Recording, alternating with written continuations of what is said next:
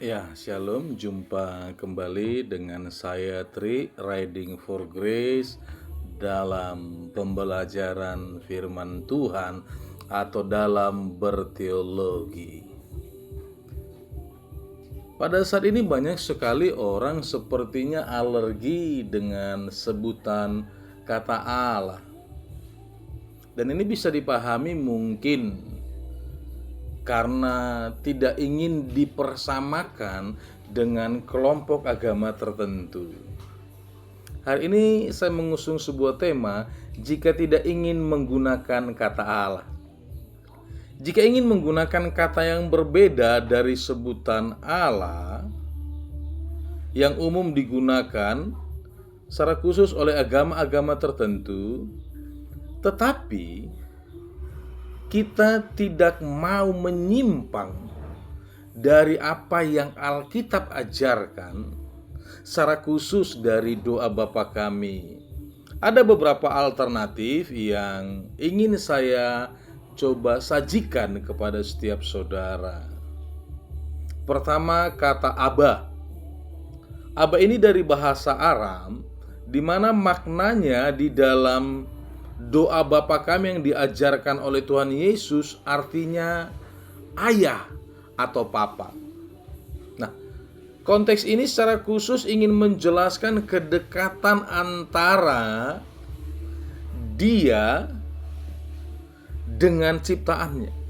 Nah, jadi kalau kita merasa alergi, merasa kurang nyaman dengan sebutan Allah, mari gunakan kata Aba. Dalam Markus 14 ayat 36, Tuhan Yesus itu berdoa, dia berkata, Aba ya Bapa, segala sesuatu mungkin bagimu. Nah, saudara, kata ini adalah sebuah ungkapan atau frase yang unik dalam tradisi kekristenan. Karena kata ini sendiri yang Tuhan Yesus gunakan. Dan Tuhan Yesus berkata kepada kita, kita pun layak menggunakannya. Yang kedua, YHWH atau dalam bahasa Ibrani tetragrammaton. Nah, makna dari YHWH adalah nama kudus dari Dia sebagai Tuhan, sebagai Allah dalam perjanjian lama, atau yang sering disebut orang dengan Yahweh atau Yehova. Nah, konteksnya ini digunakan dalam perjanjian lama untuk menyebut Tuhan secara spesifik dalam tradisi Ibrani. Nah, untuk menyebut nama Tuhan secara spesifik dalam tradisi Ibrani. Nah, keunggulannya berbeda dengan kata Allah, dengan memiliki akar kata yang memang menyeluruh dalam sejarah perkembangan Alkitab. Nah, kita mau belajar sedikit tentang tetragrammaton. Nah, tetragrammaton adalah istilah yang merujuk kepada 4 huruf suci dalam bahasa Ibrani atau dalam tradisi Yehuda atau dalam tradisi Israel, YHWH, yang digunakan dalam perjanjian lama untuk menyebut nama Tuhan. Nah, jadi YHWH itu adalah 4 kata yang dianggap sakral. Nah, asal kata tetragrammaton itu ada 4, ya. Jadi tetra itu artinya 4, grama itu adalah huruf. Nah, jadi di sana ada kata yod, he, fab, dan he. Nah, arti nama Yahweh sendiri itu dikaitkan dengan apa yang dikatakan Dia dalam Keluaran 3:14. Aku adalah aku, ehye aser ehye. Aku adalah aku. Nah, ini menunjukkan kepada keberadaan Tuhan yang kekal, yang tidak tergantung oleh apapun, oleh siapapun. Karena nama ini menjelaskan tentang kedaulatan, keberadaannya secara mandiri yang tidak diciptakan tapi sebagai pencipta. Dan ini menjelaskan hubungan antara Tuhan antara Dia dengan umatnya. Nah, yang menjadi pertanyaan, kenapa orang Yahudi tidak mengucapkannya? Nah, YHWH dianggap sangat kudus sehingga Bapak Ibu tidak boleh disampaikan, tidak boleh diperkatakan dengan sembarangan. Karena ada hubungannya kepada pribadi yang agung, pribadi yang sangat kudus. Jadi tidak boleh. Dan memang tidak heran ketika kita belajar firman Tuhan dikatakan, janganlah menyebut Tuhan Allahmu dengan sembarangan. Nah, sebagai gantinya orang Yahudi mengatakan Adonai, yang berarti Tuhan atau Hasem. Adonai atau Hasem. Jadi mereka punya sebuah konsep di pemikiran mereka, mereka menyebut YHWH, tetapi dalam pengucapannya mereka berkata Adonai atau Hasem. Nah, jadi memang kita sangat penting untuk belajar, untuk bisa memahami bahwa orang Yahudi itu sangat menganggap nama itu sakral, karena memang Tuhan itu sendiri Maha Kudus. Nah, ketika kita berbicara tentang YHWH dalam konteks kekristenan, hal ini sering dihubungkan dengan kata Bapa atau Aba. Hubungan antara Dia dengan kita yang diciptakan. Nah, dalam Yohanes 8 ayat 58, sebelum Abraham jadi, aku ada. Jadi Yesus itu sendiri adalah perwujudan dari Adonai atau YHWH tadi. Nah, jadi saudara, ketika kita berbicara tentang YHWH, yaitu nama kudus Tuhan dalam perjanjian lama, berarti kita sedang berbicara tentang keberadaannya sebagai Tuhan dan kita sebagai ciptaannya, di mana ada sebuah persekutuan yang sangat erat. Dan ini berhubungan dengan konteks doa Bapa kami. Nah, yang menjadi pertanyaan kembali, kenapa YHWH tidak ditulis dalam perjanjian baru? Nah, perjanjian baru itu ditulis dalam bahasa Yunani, bukan dalam bahasa Ibrani. Ya. Kemudian dalam perjanjian baru ada kata yang digunakan untuk menggantikan YHWH, yaitu kurios, yang berarti Tuhan, atau orang juga berkata Kyrios, yang berarti Tuhan. Dan ini memang merujuk kepada pemahaman bahwa Dia itu adalah Yahweh atau YHWH atau Adonai tadi itu sendiri. Nah, dalam tradisi Yahudi, mereka itu sangat menghindari penyebutan YHWH. Nah, ini kenapa tidak ada dalam perjanjian baru. Mereka menghindarinya karena orang Yahudi beranggapan itu sangat kudus.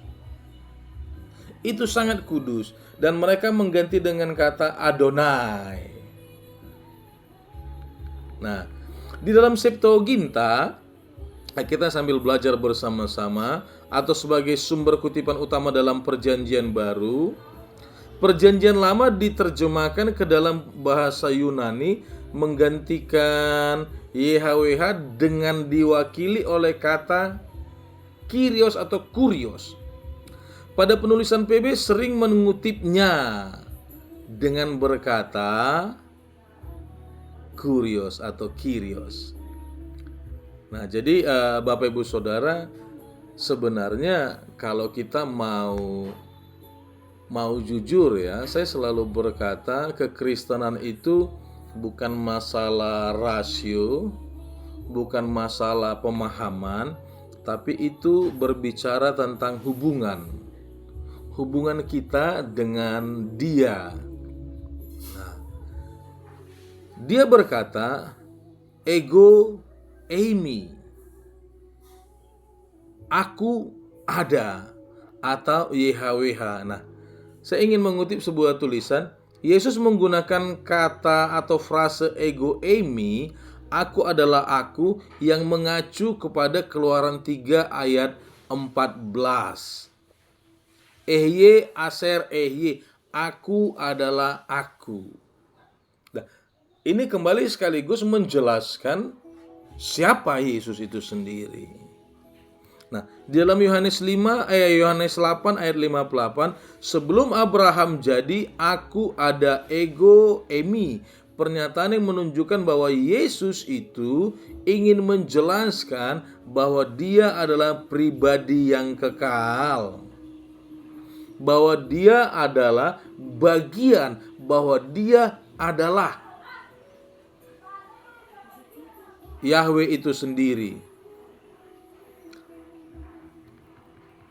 Nah, dalam Roma 10 ayat 13, sebab barang siapa yang berseru kepada nama Tuhan akan diselamatkan. Ini ada hubungannya kepada Yoel 2 ayat 32, di mana berkata, barang siapa yang berseru kepada nama Yahweh akan diselamatkan. Tapi di sana menggunakan kata Kyrios. Nah, jadi Bapak Ibu, ini alternatif yang kita bisa lakukan ketika kita tidak mau dipersamakan dengan orang tertentu yang berkata Allah. Nah, yang kedua, ada kata Elohim.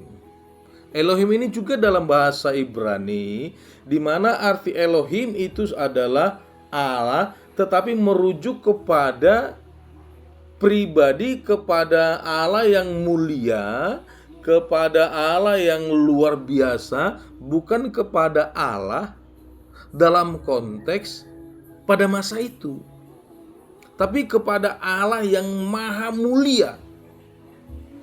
Dikatakan Elohim.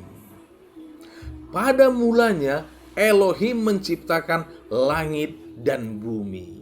Nah, seperti itu. Nah, kemudian ada kata El Shaddai. El Shaddai ini juga dalam bahasa Yunani yang artinya Allah yang maha kuasa atau Allah yang mencukupi. Ya, jadi ada kata El Shaddai. Dan ini ada dalam Kejadian 17 ayat 1 contohnya, ketika Tuhan berfirman, akulah El Shaddai, hiduplah di hadapanku dengan tidak bercela. Ayat ini ingin menjelaskan, kata El Shaddai ingin menjelaskan setiap orang yang hidup di hadapan Dia dengan tidak tercela, maka Dia yang maha kuasa akan mencukupi. Nah, jadi saudara bisa menggunakan kata El Shaddai. Nah, untuk menghindari kesamaan ini atau untuk menghindari sebutan Allah agar tidak dipersamakan, kembali ada 4 ya. Aba, Yahweh, Elohim, El Shaddai. Tetapi memang Bapak Ibu ada sebuah perdebatan yang unik di kalangan para akademisi, di mana memang tidak ada kata Yahweh di dalam perjanjian baru, ya, tidak ada. Dan hal ini memang ada dalam manuskrip kuno yang dimiliki oleh orang-orang Yahudi, ya. Contoh dalam Kodeks Sinaiticus itu pada abad ke-4 Masehi, atau dalam Kodeks Vatikanus pada abad ke-4 Masehi, atau mungkin dalam Papirus Sirlan. Nah, ini tidak menyebutkan adanya kata Yahweh dalam perjanjian baru. Nah, jadi memang sebenarnya tidaklah etis kalau kita berkata Yahweh dalam konteks perjanjian baru.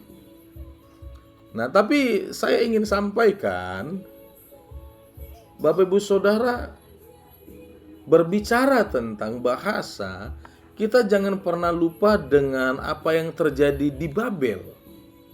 Artinya, Dia yang menciptakan bahasa itu.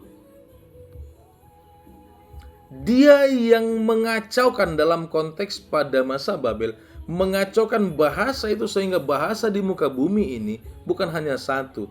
Artinya, selama kita memiliki sebuah hubungan,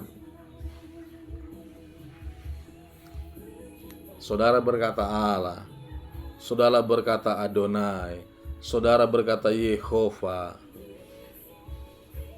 dia mengerti. Karena dalam perjanjian lama sendiri itu kata Yahweh itu ada 6.800 kali dikatakan. Tetapi Tuhan Yesus sendiri, tetapi para penulis perjanjian baru mengatakan Kyrios. Bahkan dalam Septuaginta, yaitu bahasa Alkitab Perjanjian Lama yang diterjemahkan ke dalam bahasa Yunani, di sana menggunakan kata Kyrios. Nah, contoh dalam Yoel 3:22 ya.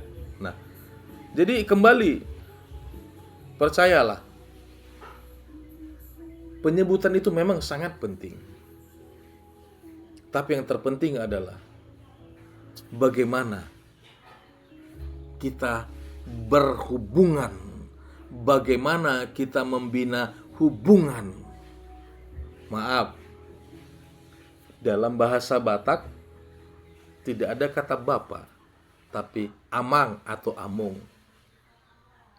Atau mungkin bagi orang-orang yang trendy, ada kata dedi, ada kata papi, ada kata ayah, ada kata bapa. Pertanyaannya, siapakah dedi bagi si penyebut? Siapakah abah bagi si penyebut? Itu yang sangat penting. Kembali saudara, mari jangan terlalu mengeksklusifkan diri, tetapi hubunganlah yang dia minta. Hubungan yang menjelaskan bahwa kita adalah anaknya. Ini yang ingin Tuhan Yesus sampaikan ketika dia berbicara secara khusus dalam doa Bapa kami. Milikilah hubungan yang intim, yang kudus, yang tidak tergantikan dengan dia, dengan aku, katanya. Saya sendiri sekarang memang lebih cenderung menggunakan kata Tuhan dalam setiap pembacaan Alkitab yang saya gunakan. Shalom, Sumantriono, Riding for Grace.